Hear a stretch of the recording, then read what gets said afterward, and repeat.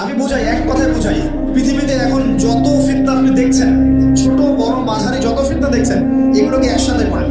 এই যে হত্যা, রাহাজানি, জিনা, ব্যভিচার, চুরি, ডাকাতি, হাবিজাবি যা যা দেখছেন, সবগুলোকে একত্রিত করলেও দাজ্জালের ফিতনা সমান হবে। এটা দাজ্জালের ফিতনা। ইমানদার ব্যক্তি ওকে দেখে বিভ্রান্ত হয়ে যাবে, সে নিজেকে খোদা বলে দাবি করবে, সে রূপক অর্থে হাতে জান্নাত জাহান্নাম নিয়ে ঘুরবে, যে তার অনুসরণ করবে তাকে সে প্রোগ্রেস দিবে, মানে জান্নাত। যে তার আনুগত্য করবে না তাকে সে একদম ধ্বংস করে ছাড়বে, জাহান্নাম। সে আকাশকে আদেশ করলে বৃষ্টিপাত হবে, আকাশ নিয়ন্ত্রণ করবে। সে এই পৃথিবীতে 40 দিন থাকবে। কতদিন? 40 দিন। যার প্রথম দিনটা হবে 1 বছরের সমান, দ্বিতীয় দিনটা হবে 1 মাসের সমান, তৃতীয় দিনটা হবে 1 সপ্তাহের সমান, বাকি দিনগুলো হবে আমাদের দিনের মতোই। সাহাবীরা বলছেন, আমরা ওই সময় কেমন করে নামাজ পড়বো ইয়া রাসূলুল্লাহ?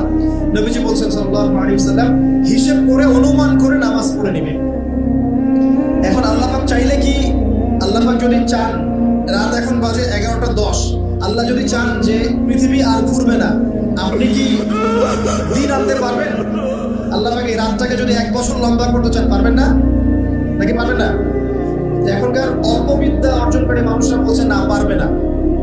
কারণ পৃথিবী এবং সৌরজগৎ ঘুরছে, এই ঘূর্ণন কখনো থামবে না, ক্রমশ সম্প্রসারণশীল এই সিলসিলা চলতেই থাকবে। আসলে কি তাই? এটা তাদের পক্ষে বলা সম্ভব যারা বলে যে আল্লাহ বলতে কেউ নাই, বিগ ব্যাং থেকে পৃথিবী সৃষ্টি হয়েছে। আসলে কি তাই হয়েছে?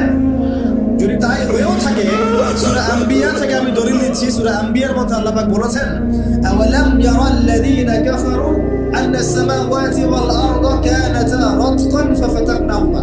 আল্লাহ বলছেন, কাফেররা কি লক্ষ্য করে দেখে না আসমান সমূহ এবং পৃথিবী একটা বিন্দুর মধ্যে ছিল, অতঃপর আমি সেটাকে পৃথক করে দিয়েছি। এই যে বিগ ব্যাং এর দলিল দেয়া যাবে কোরআন থেকে। যদি আপনি বলেন যে বিগ ব্যাং থেকেই সব সৃষ্টি হয়েছে, আমরা বলবো যে হতে পারে, তবে বিগ ব্যাং এর সৃষ্টিকর্তা হচ্ছেন আল্লাহ। আল্লাহ পাকের আদেশে এটা হয়েছে, আল্লাহকে বাদ দিয়ে নয়। একটা কথা মাঝখানে বলে দেই, এই বিশ্বে এখন 3টা দর্শন চলছে। কয়টা দর্শন? 3টা। একটা হচ্ছে এলিমিনেশন বা এলিমিনেট করা, মানে বিশ্ব থেকে আল্লাহর কনসেপ্টটাকে এলিমিনেট করা হচ্ছে। সব চাক্ষুষ দেখে বিশ্বাস করতে হবে গড বলতে, আল্লাহ বলতে কেউ নাই, ঈশ্বর বলতে কেউ নাই, there is no god, godless world, এটা সরাচ্ছে।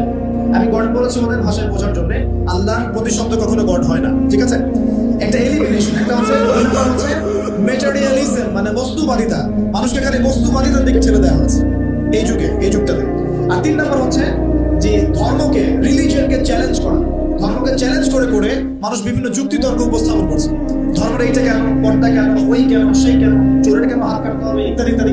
আপনাকে চ্যালেঞ্জ করছে ধর্ম। এই 3টা দর্শন দিয়ে, এই 3টা দর্শনের সাথে দাজ্জালের সম্পর্ক আছে। এই 3টা দর্শনের মধ্য দিয়ে পুরো বিশ্ববাসীকে, ধার্মিকদেরকে আল্লাহর কনসেপ্ট থেকে সরিয়ে নিয়ে অন্য কারো কনসেপ্টের দিকে নিবন্ধিত করা হচ্ছে, এবং সেটা হচ্ছে মাসিহুদ দাজ্জাল। কারণ শেষ জামানায় বিশাল অংশের একটা মানুষ দাজ্জালের উপাসনা করে। আমি বলছিলাম সূরা কাহফের প্রথম 10টা আয়াত যদি আপনি মুখস্থ রাখেন, আল্লাহ পাক আপনাকে দাজ্জালের ফিতনা থেকে বাঁচাবে ইনশাআল্লাহ। 40 দিন সে বিশ্ব শাসন করবে। এখন আসেন এখান থেকে কনক্লুশন দিকে যাই, একটু মনোযোগ দেন। দাজ্জাল বিশ্ব শাসন করবে কতদিন? 40 দিন। আচ্ছা, কিভাবে করবে? তার অনুসারী কারা হবে? সে কোথা থেকে বের হবে? উত্তর, তার বের হওয়া সম্পর্কে 3টা বর্ণনা পাওয়া যায়। এক, সে ইস্পাহান থেকে বের হবে। ইস্পাহান হচ্ছে ইরাকের একটা জায়গা, ইরানের একটা জায়গা। কোন জায়গা? ইরানের একটা জায়গা, এবং সেখানে ইস্পাহান নামে একটা জায়গা আছে। এমন হতেই পারে যে ইরান এই জায়গাটুকু অচিরেই বা ভবিষ্যতে ইসরায়েলের অন্তর্ভুক্ত হয়ে যেতেও পারে। কেন? 1974 সালে আরব ইসরায়েল যুদ্ধের সময় কি সিরিয়ার ওই যে আপনার গোলান মালভূমি, মিশরের সিনাই উপত্যকা, এগুলো কি ইসরায়েলের অন্তর্ভুক্ত ছিল? পড়াশোনা করেছেন কিছু? এগুলো ইসরায়েলের অন্তর্ভুক্ত ছিল না, এগুলো মিশরের এবং সিরিয়ার ছিল। মাত্র 6 দিনে সে এই আরবদেরকে পরাজিত করে ওই জায়গাগুলো দখল করে ফেলেছে। মাত্র 6 দিনে। কত দিনে? মাত্র 6 দিনও টিকতে পারে নাই মুসলিম রাষ্ট্র। 6 দিনের মধ্যেই মিশরের এটা দখল, ওইটা দখল, ঠিক আছে? তো দেখুন, 6 দিনে এটা করতে পেরেছে 1974 সালে, আর এখন তো 2022 চলছে। তো ইস্পাহানের ওই জায়গায় যে ওর অন্তর্ভুক্ত হয়ে যাবে না, কে গ্যারান্টি দেবে? হতেও পারে। আর আপনারা ইরান ইসরায়েলের সম্পর্ক দাগুরা দেখেন না, দাগুরা সম্পর্ক কে জানে? আচ্ছা, আরেকটা মডেল এসেছে, সে বের হবে খোরাসান থেকে। খোরাসান মূলত এই জায়গাটার মধ্যে আরেকটা হাদিসের মধ্যে আছে শাম এবং ইরাক, ইরাক এবং শাম। শাম মানে এই যে প্যালেস্টাইন, লেবানন, জর্ডান, এই পুরো জায়গাটার নাম শাম। এই অংশটুকুর মধ্য থেকে, এর মাঝখানে রাস্তা থেকে দাজ্জাল মানুষের রূপে আত্মপ্রকাশ করবে।